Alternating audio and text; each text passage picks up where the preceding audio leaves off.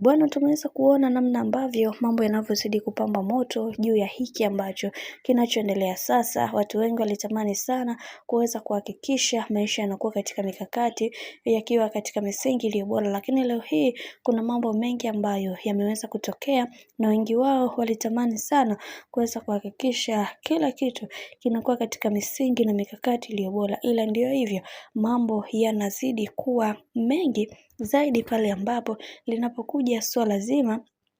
la hawa watu kuweza kumfanya bibi Zuchu asijisikie mwenye amani. Sasa leo hii bwana ameweza kuzungumza na kusema ya kwamba mimi kama mimi natamani kuweza kuhakikisha kila kitu kinakwenda kuwa sawa, kwa sababu kuna mambo mengi ambayo yameweza kutokea na kila mtu anatamani kuweza kuhakikisha maisha yake yanakuwa katika misingi na mikakati iliyo bora, na sio vile ambavyo watu wengine wanataka. Maana hiki kinachoendelea sasa ni zaidi ya unyanyasaji, na hiki kilichoweza kutokea kwa hawa watu, kila mtu alitamani sana kuweza kuhakikisha maisha ya hawa watu yanakuwa katika mikakati na misingi iliyo bora, ila ni vile tu ambavyo mambo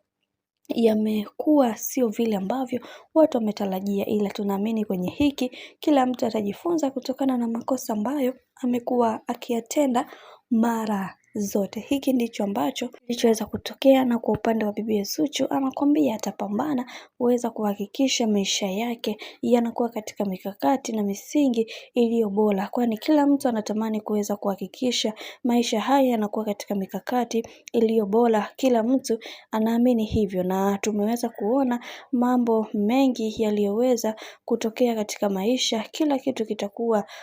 kina mikakati na misingi iliyo bora, maana tumeweza kuona ndugu, jamaa na marafiki ambao walivyoweza kupambana na kuhakikisha kila kitu kinakuwa katika mikakati na misingi iliyo bora. Hivyo yote tunaamini ya kwamba Mungu atasimama na kila mmoja kuweza kuhakikisha maisha yetu yanakuwa katika mikakati na misingi iliyo bora, kwa sababu kila mtu anaamini kwenye kile ambacho anachokiamini kwa sasa. Hivyo kwa upande wa Zuchu atapata furaha ile ambayo inayostahili.